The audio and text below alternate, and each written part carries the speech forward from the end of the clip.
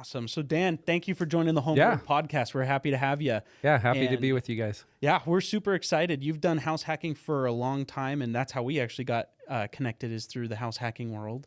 We look forward to just diving into a wealth of your wisdom and knowledge, and hopefully teaching all of us a lot of new information today. Well, we'll see what we can do. I'm going to go ahead. I'm going to read a quick intro so people know who Dan is. So Dan is local to Utah, specifically even Utah County, and he honestly is super active. Every time I talk to you, it feels like you have BYU tickets for something that you're trying to hand off to people, and you love doing all these fun things. So Dan's real estate journey started with a book, Rich Dad, Poor Dad, as I feel like most people in the real estate industry has started off with. And that really fed into your real estate investing journey. And you've been a real estate agent for over 18 years. And in your career, you've done over 700 transactions, 200 have been just investor transactions, which is correct. Fantastic. Right. So honestly, we would just love to learn about you. So we're going to ask some questions, and we would love to just see if you can't teach us a thing or two. Sure.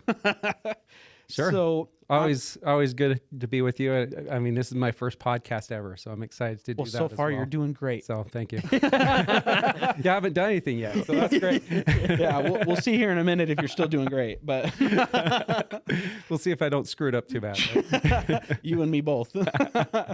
So when you were getting started in all of this, how did you hear about house hacking? How did that come about? What made you want to get started doing that?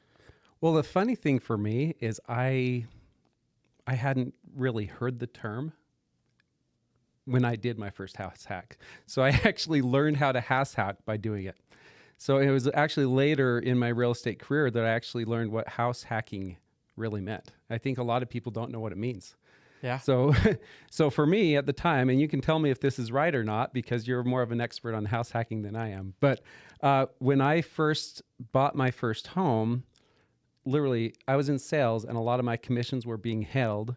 So 2 months before I bought my first home, we were searching for quarters in the couch to go buy bread and milk. You know? Right. So feast and famine. That's, I've always been in sales. Feast and famine is just the way it goes. So when I bought my first home, there was a grandfathered basement apartment. It was this house built in the World War II era in American Fork, little red brick house.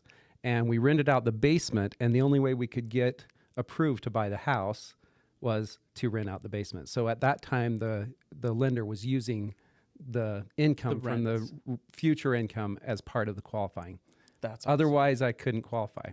And I remember my payment was $951 a month, and that included a first mortgage and a second mortgage because I basically put very little down, and so my total payment was $951, and then my rental income back then a one-bedroom basement apartment in American Fork only rented for like $450, including utilities. There you go. But it made a difference. It covered about half for you. It covered about half. And over time, it covered more as the rents went up. But up front, it was the only way to get into home ownership.